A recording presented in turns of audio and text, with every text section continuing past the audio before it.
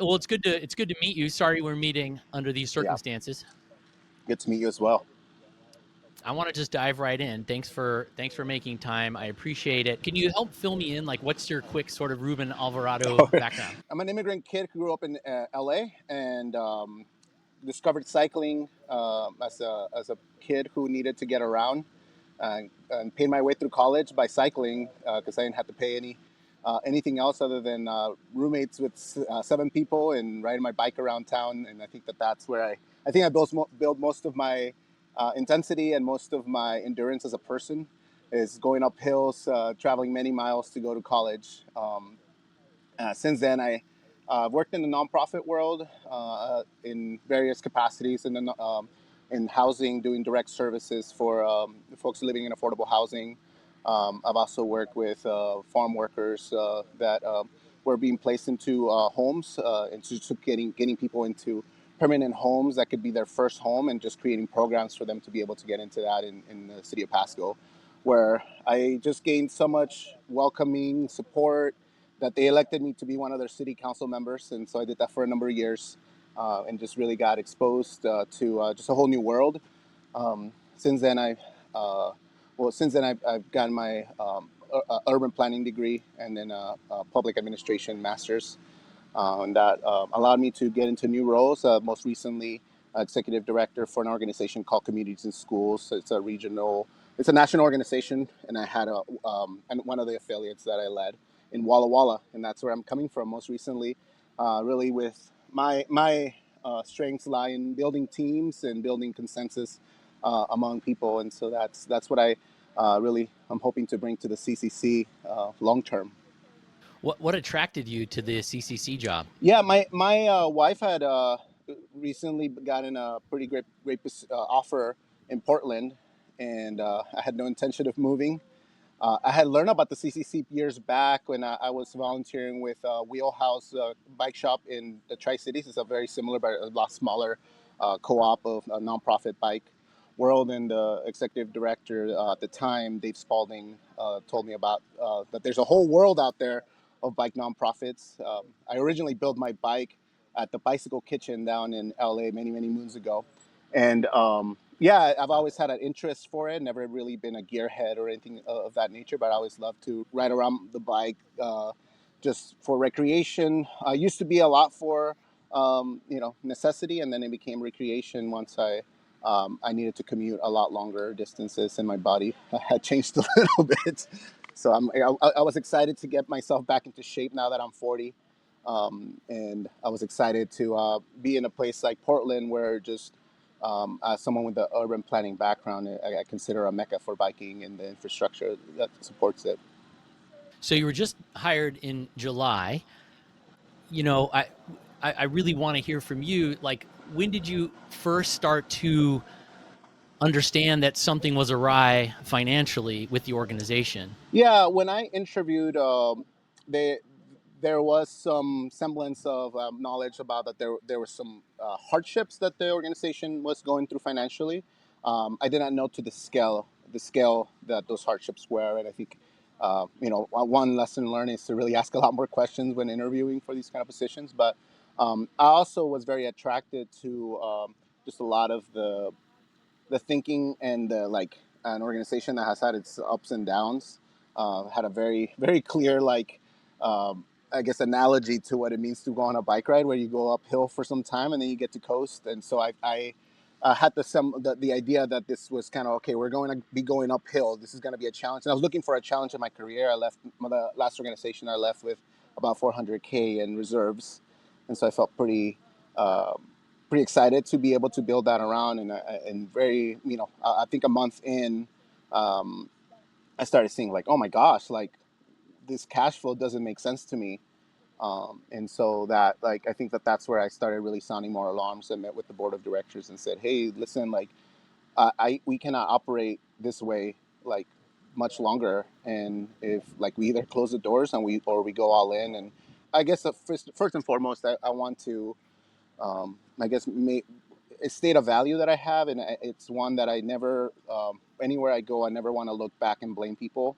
Everyone operates out of their best intentions and the best and the like everyone does what they know what to do at the time, and um, I don't claim to know the context in which others led. And so I hope that none of this interview defames anybody or anything like that. I have great respect for people who've come before me, but I think that there is a great sense of loss when you go through transition of new leadership, and it takes a long time to recover from that. And having gone through six, I can't imagine the organization not doing well with all that transition. And so, anyway, to answer that question, it really felt like um, it just was one of those, like, I came in really trying to make a difference, and the tools that I have used in the past seem pretty weak. But one thing I do know how to do is rally people, and I just wish I had a more robust network here that I would have back home. And Mm. so,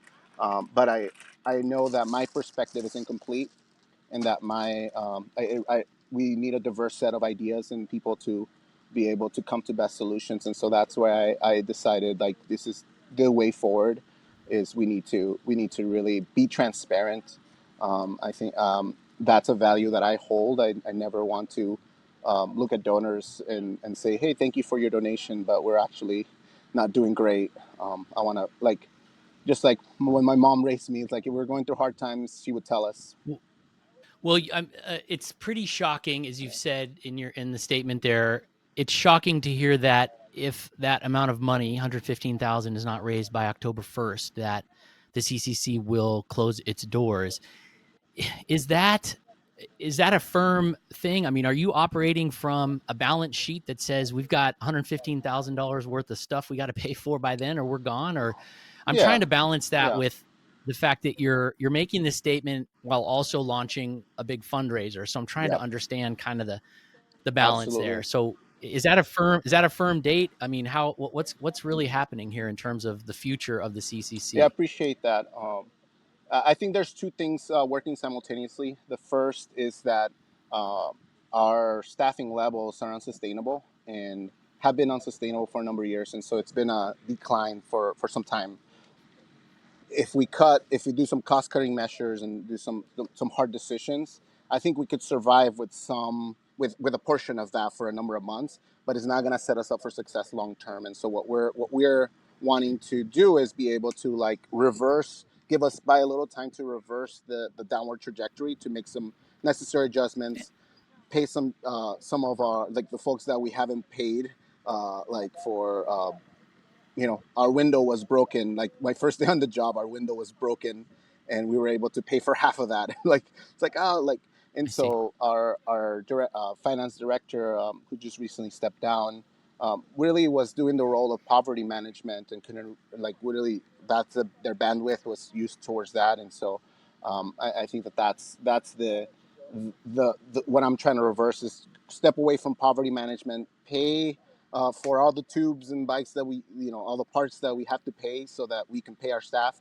but then also reduce the total cost. So downsizing the size of the shop, downsizing, going back to a model that's more seasonal and for employees, and be upfront with them when those contracts start about what that looks like. I mean, I really wish we can keep everyone employed year round, but it's just the dollars don't make sense, and so we want to be able It, to step into that. now, now, the unionization that happened in 2022, the shop workers became unionized. How does that figure into this? Is that going to make the moves you have to make now more difficult, or how does that play We into just it? have to do a little bit more planning. But one of the things that the union brought that was a great benefit to us is a lot of robust and more like straightforward policies that, like, folks know, like, that we can navigate around. And so, like, how we do, if we do layoffs, there's a process for that. Whereas I don't think our organization had the right, like, Mm. infrastructure to be able to go through that process without elevating our risk. And so that really reduces And our that risk if we go through those parameters. And that's why I think that's a really positive thing. I hear what you're saying. So I hear what you just said in terms of what I hear that is maybe in the past, before the union gave you the structure to do it, it was difficult to let people go at the CCC, and maybe that's one of the reasons why, like you mentioned in your statement, the admin is pretty top heavy just with staff, and that's been obviously, if you look at the stats, That's one of the high costs right now that you're going through. Yeah, and so I'm having to downsize our organization to me one being one of the main admins and take on a lot more. Um, Okay. and I have a high capacity, but I also know that I'll need a lot of help. So that's where I'm really enlisting the board and volunteers who have expertise to help me make good decisions. So so the timing is interesting because you came to the CCC and then there's this big, sort of shocking announcement about the financial crisis. If you didn't show up, I'm curious. I mean, the losses began significantly in 2023. I mean, they were just happening. Was it just a matter? Why do you think that was happening? Was it a matter of no one being able to stop the bleeding or a lack of leadership there? Like, what would have happened if you didn't show up? I had a conversation with a friend of mine who leads an agency in Washington, and they're going through a very similar situation now, where they had put federal dollars and put staffing towards federal dollars, and kind of it created this false sense of security and this blanket. And so there was this ERC that was supposed to come in for the past 2 years, the tax credit, What does employee that stand tax for? credit from the IRS that we applied for, and so that hasn't come Okay. in. And I'm not counting on it. I don't know that it'll ever come in because I've been waiting around for a long time. I think that could contribute to our viability, but that I think that's been kind of the magic unicorn thing that's going to save the CCC and just never materialized. And but again, it's relying on these non-consistent sources of funding does not set up an organization for success in the long term, because it's not like, now we're going to fire everyone because we don't have any money. And that was very challenging. So speaking of consistent and funding, one thing that sticks out to me are the contributions. It looks like, and I assume that that's sort of like the donations Mm-hmm. bucket, right? The contributions, Mm-hmm. right? That's gone down what 14% in just 2 or 3 years. It looks like. What? Why do you think that is? Well, so it's like anything else. It's you have to be consistent, and I don't know how consistent we've been as an organization in how we thank donors, how we engage them. I think volunteers gone down because of the pandemic, and I really like I see volunteers and donors as of the same ilk. Like these are folks who are committed to our cause, and many donors become volunteers, volunteers become donors, and I think it's such a fun place. Like CCC is such an amazing place to come and like wrench with the guys or come help build bikes for like our campaigns for kids and all those things. And I think with the decrease with the shutdowns, I think we weren't able to come up to those levels again. And I think too, like I mean, the turnover hasn't helped. When I came in, I spent so much time just trying to figure out how to get into like our Salesforce account, and how to get into all these like who has these passwords. So I just spending time on the phone, like doing all these things that should have been like a very easy like transfer. I think that Mm. those things become very difficult when you're doing turnover, and those relationships. Really, it's all about relationships. And so if you have folks, turning the keys to someone else, like those relationships get lost over time. Right, because in addition to turnover at the top with the director position, I'm assuming, and from what I've kind of heard and gathered, the employees as well. So shop level staff has also been a lot of turnover, a lot of new faces coming and Yeah, and going. having the same like expectation for folks who are newer to like pick up where people who have had long-standing relationships, like it's not realistic. It's not. Mhm. I'm also seeing it looks like the revenue goes down, and not that it's exactly tracking, but with the closure of the retail shop, which I'm sure was a popular resource for the community. A lot of people were surprised, and I realized that one of the reasons it was closed was because of a loss of revenue, and I'm assuming the ability to staff it properly. But I just wonder if you can talk to me about how that major shift, right? So the CCC had a bike shop for a long time. It was kind of a staple. And then in July 2023, the bike shop closed and you went to more of like a membership, rent on your own bike, rent a little station model. How has that impacted the I situation? think that was significant. I think there's a place where that could operate, but I don't think we had the capacity to really, at the time, to really figure out the nuts and bolts of how to like market it appropriately and make sure it's a value to the community. When I saw it, like I'm like, that's kind of spendy for like, like me, someone who makes a decent living as a nonprofit leader. I'm like, maybe I'm just too frugal. But like to me, like man, Yeah. I don't know, like. But I didn't know it was like a monthly thing that you can do it one like just for the Mm, month and like okay that's affordable. But like I thought you had to do a year membership. So even me like coming in and like not really understanding how it worked, I don't know that it was like really well marketed and well. So, but also within the mm, organization, I know that there was folks who were against it, and there wasn't a full like mm. consensus around like this is the direction. And so I think whenever you make a big shift, it impacts people's lives, people's livelihoods, implications about things like that. And so, um, Do you think you would? Do you think you'd reopen the bike shop and reconsider that decision? yeah, and well, I think that like one of the values that propositions for me is that we have a ton like it's just a ton of bikes that need processing, right? And could those be bikes that we sell really cheap to members who could come and work on those bikes and bike parts buy parts from us, and like be able to build community that way? Because that's really what we need is that sense of community that I think has been lost through the pandemic. And I think that that's Mm-hmm. one aspect of what like could really help us, but not leaning and relying on those memberships as our sole, like as our main top of business. I think it's never. I don't think it's ever going to be profitable in that way that like replaces that. But one of the things that we want to lean into is to not go towards new bikes again, but really do like really lean into used bikes and really sell them at an affordable price for our community. I think that that very much tracks within our mission, and we can have a sense of like we could really build that niche in the community. Right. Speaking of bikes and getting bikes out in the community, I know the CCC's gotten two different big grants from the Portland Clean Energy Fund in the last couple of years, including one just sort of announced just this week, this month. Um, in the PCEF documentation, it talks about financial vetting and it talks about looking at financial statements of the past 2 or 3 years or something like that of the organizations that win the grants. How did they miss this? How did the CCC get a PCEF grant at that size if the books look like we know they look now? Yeah, I mean, I think that our overall condition of the grants that we have like is rather large, right? And so the biggest challenge is the uh, like having cash up front.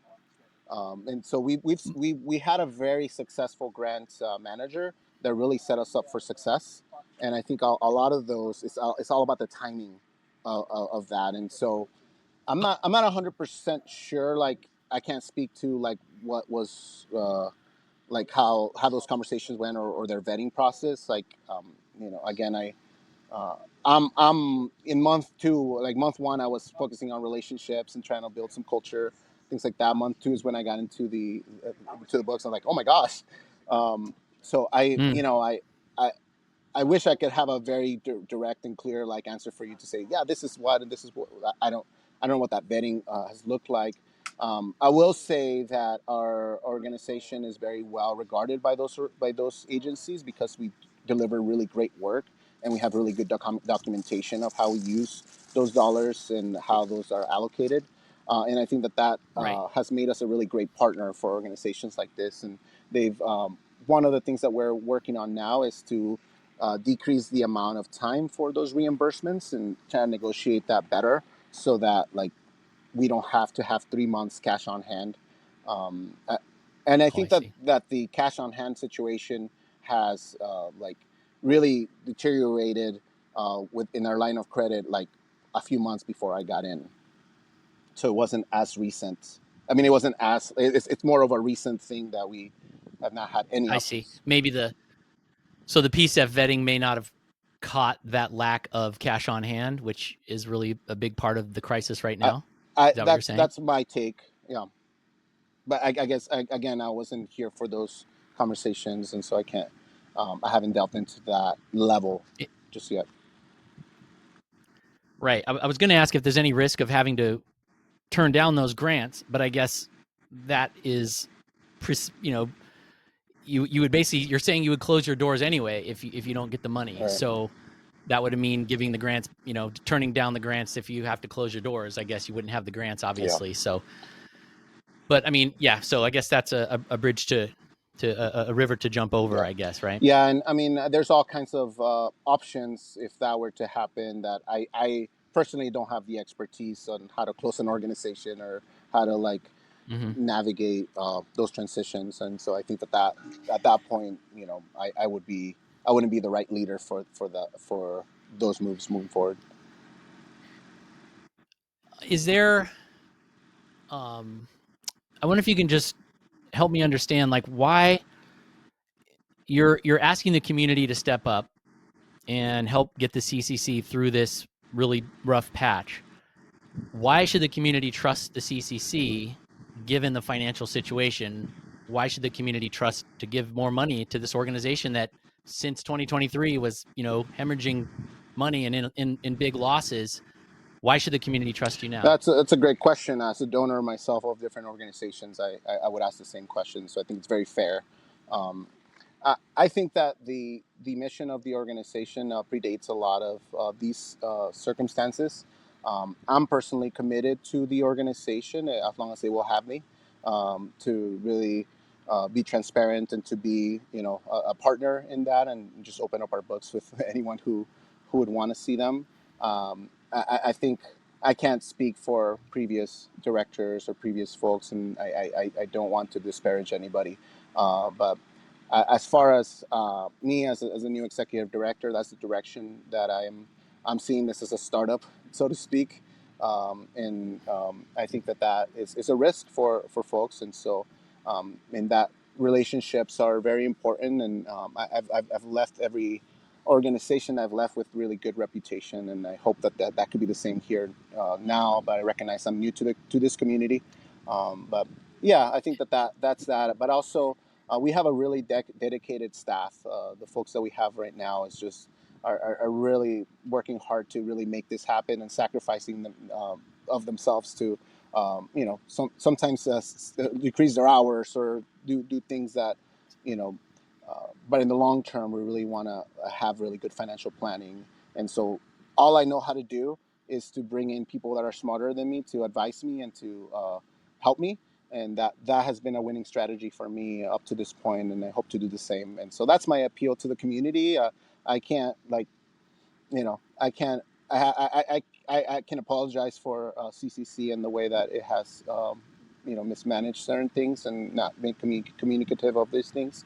But I'm doing that now as someone with new energy coming into the organization. I hope to be in the CCC for another maybe for many years. But if this is not the right time for CCC, or if it's time to close this chapter in Portland, then that would need to be that. But I really don't want this to come as a like, if you don't do this, we'll close our doors. It's more of an appeal of like those who have benefited from the organization, who see value in salvaging, as we salvage many bikes. What remains? I think that's what this call is about. Okay, yeah, I hear you, but I mean, to be clear, all the funding campaign does say if we don't people don't Yeah, donate, then the CCC will that's close fair. its doors. So I mean, Yeah, that's, yeah.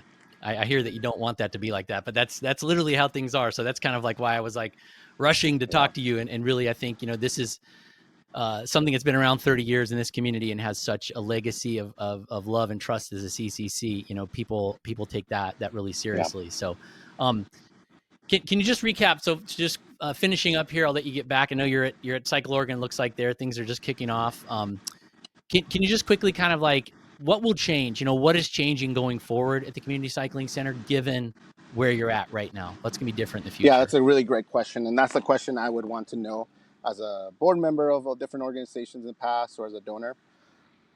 The first, I think we really need to be realistic about our staffing and what we can actually support, and really have solid projections that are vetted through advisors and folks who can really help us to like figure out how to like make those decisions possible. So I'm trying to gather those folks around, and so that's the first thing, just to have like just great some great decision making, not just by myself and work in a silo. I think the second piece is to be very transparent about like I don't know that our board has received as much transparency in the past. I don't know, like, that didn't seem that way, and or perhaps like with these promises of federal dollars coming in, maybe appeased certain concerns. I'm not sure, but definitely transparency, and I think that that's something I really will bring to this organization. I think too, looking at what our the value that our organization brings to the community, really lean into those things, and so that's uh, really for me as a leader of an org. Uh, just being able to lead in an inclusive way, but that also like brings in not just the staff but also the community. Um, but yeah, I think that those cost cutting messages is really for us to go as small as we possibly can to survive, really reestablish ourselves, and then build from there, rather than try to operate in the same way. It's the only path I see forward. And that may reduce some of our offerings short term, maybe not in the programs for kids that we serve because that's already funded, but perhaps in our bike shop, and just really taper those expectations to like where we actually are versus what we wish we were. I think we were also we grew so fast and required so much administration for our growth, that it really ballooned very quickly post with this influx of dollars, and so that like not relying on insecure funds of source of funding, and think that they're going to be secured forever. Oh, right. I hear you. Yeah, you're talking specifically about some of the pandemic related stuff, right? I remember CCC got a bunch of money from the Payroll Right. Protection Act, right? That's what That's you're correct. talking about. Yeah, yeah, that's true. I hear you. Okay, how confident are you that you're going to reach these this fundraising Well, goal? I'm getting word from been getting word about just donations that have been coming in, and just folks that just really believe in the organization, and so I'm pretty certain that the community is one that loves the CCC, and we saw that in previous campaigns, and we have a great fundraiser that's with us till the end of the year, to really help us with that, and just other folks who are really helping us just make decisions and just go for it. It's really hard culturally for me. It's always been very hard to ask for help.